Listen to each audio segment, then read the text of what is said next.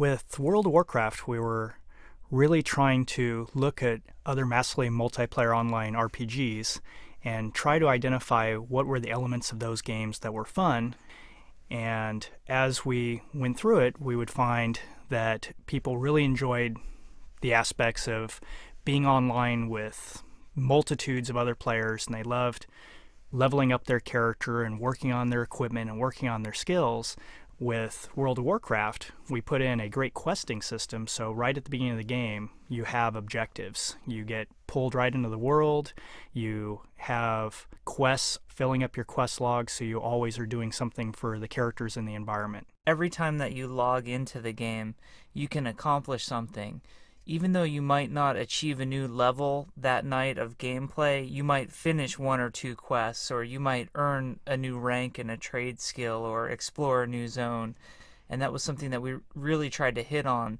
That way you're not so focused on the experience bar the entire time you're playing. Your only goal in the game is not necessarily leveling up, but it's completing quests and visiting new areas, learning new skills, sort of always developing your character. And oftentimes players find that they level up and they don't even realize that they're close to leveling. What you'll notice when you start playing World of Warcraft is the user interface is somewhat minimal. You don't really need a manual to play the game. Everything about the interface is really towards keeping you in the game. We really don't like to have players go to the manual or go to the website just to figure out how to play the game. The first time that you log in, it's very intuitive and easy to use, but as you become more advanced, you can really customize it to do some pretty powerful things.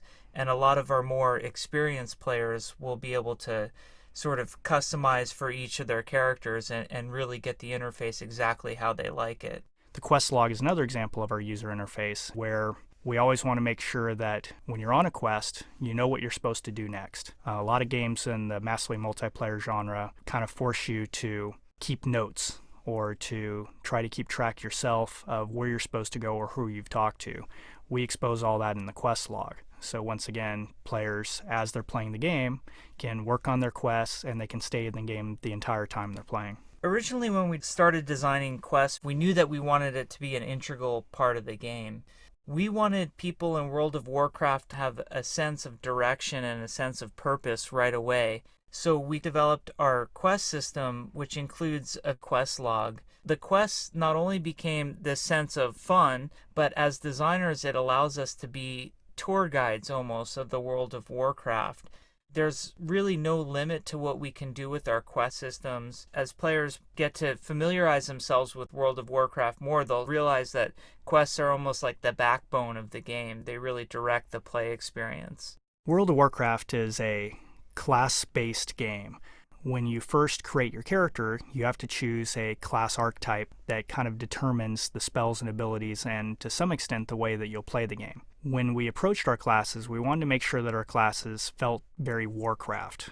We would look at the previous Warcraft games, try to determine what are some of the classic things that people want to be able to create. We looked at things like the Druid, very popular unit type in Warcraft 3, so we brought that over as a class. We looked at the Hunter, which has always been, while not itself a true unit in Warcraft 2 or 3, we've always had this concept of the orcs and the trolls being hunters in the environment, and we brought in the Taurens in Warcraft 3, so the Hunter became a class. We also had the classical classes like warriors and mages. When we started designing the spells and abilities for the classes, we really wanted to make sure that each class played as differently from another class as possible. While we looked at something like the mage was a fairly easy class to develop because we knew we wanted him to have kind of all the classical sort of spells like fireballs and frost bolts and the rest. Once we start working on other spellcasters, we really had to stretch our imaginations a little more to really make them feel different than the mage. When we approached the druid, we wanted to give him nature spells, which are somewhat obvious when you look at Warcraft 3. In Warcraft 3, the druid is a shapeshifter. So we brought that element into the druid class, which really makes them play much different than druids in a lot of other games. Our druid can shapeshift into other animal forms. He can shape change into a bear or a jungle cat, and when he's in these other forms, he actually gets entirely new abilities to those shapeshifted forms, and he'll almost play like an entirely different class. The warrior in a lot of other RPGs and morgs is one of the least interesting classes.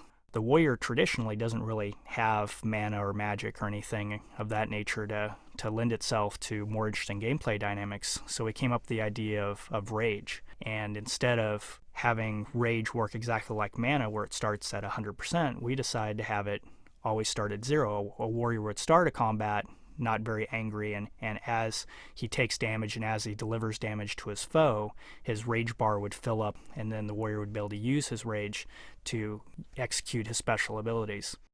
With the rogue, we had a very similar sort of struggle trying to come up with things that made him feel different.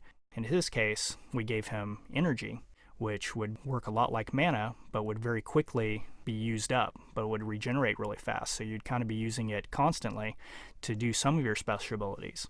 As you're attacking an opponent and you execute abilities on them, you build up combo points. And the combo points can be seen in the user interface on any particular creature. And once you have at least one combo point on the creature, you can try to execute a finishing move. So that was a way to really make the rogue play very differently from the warrior, where a lot of traditional morgs, they're very similar classes with just a few different special abilities. And that's really been the approach we've tried to take with all the classes.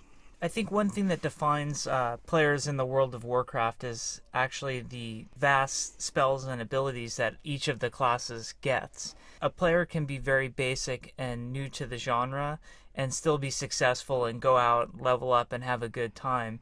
Advanced players or more skilled players have a whole host of abilities to choose from, and I think people can really shine and show their skill off through all of the abilities, and it makes both PvP and PvE environments a lot more exciting. We felt that player versus player combat was very important to bring to WoW. Each player, depending on which race they choose, is put on a side. They either will be playing for the Alliance, which is composed of the humans, the dwarves, the gnomes, and the night elves, or they can choose a race that's on the Horde, which is composed of the orcs, trolls, taurens, and the undead. By choosing your race, you are choosing a side, which determines when you do engage in PvP, who are your friends and who are your foes. We felt like having a team-based PvP system was a lot more interesting than everyone kind of being out for themselves. One of the best parts about PvP is it gives you the chance to pit yourself against other players. They're really unpredictable and the skill levels span the whole spectrum. So PvP kind of gives everybody a chance to show what they've got. It also is a great way when you're sort of done engaging in your normal activities for the night. You've been leveling up and doing quests, and you want to really engage in the world of Warcraft. You want to defend your town, or you want to go raid another alliance's town. It gives you that feeling that the world is real and solid and that you have a purpose in it. One of the challenges of developing a massively multiplayer RPG is, how do you get people to start grouping in the game? How do you get people to really take part in the community? Well, the tact we took for this was to try to make sure that players could always solo in the game. They could always advance by just playing by themselves, but really try to make sure that there's plenty areas of the game that only can be done when you group up with other players. And we did a lot of different design decisions along the way to try to embrace the philosophy of allowing solo advancement while still encouraging grouping. There's a lot of cool quests that are more stealth oriented, and those would be definitely tailored more towards the solo player, so they can deliver items around the world, sneak around, and feel like they're accomplishing things on their own. Another very important element is the concept of crafting or trade skills. Our approach to trade skills was twofold. We have the concept of a gathering skill, and we have the concept of a crafting skill. Gathering skills, they allow us to make the world much more dynamic.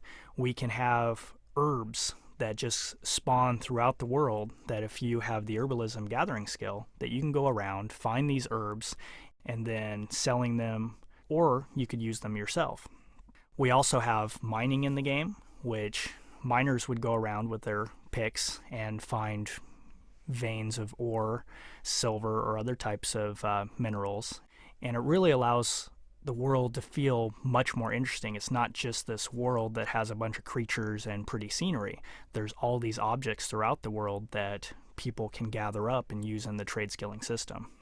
With the crafting skills, we wanted to try to make the making of the items really fun, not just something you go and buy the ingredients from a bunch of vendors and then make something. We wanted to make collecting the elements part of the game itself. We also try to make sure that the ingredients for the recipes to make trade skills are on creatures in the world or they're in other dangerous places.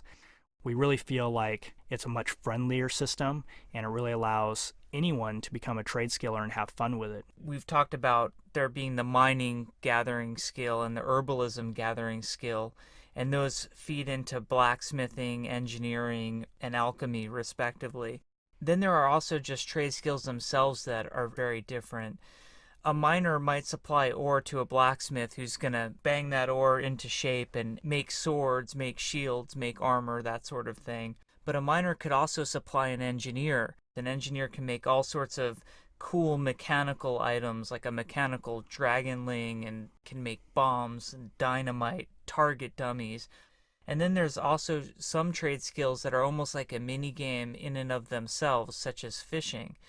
Fishing is just a great activity. Anytime you're near a body of water, you can throw your line out, you watch your little bobber, and as soon as you see that bobber go down into the water and take a bite, you can pull it up and see what you get. So fishing kind of works very differently from, let's say, tailoring or leatherworking, but also falls within the trade skill system and is very fun and unique.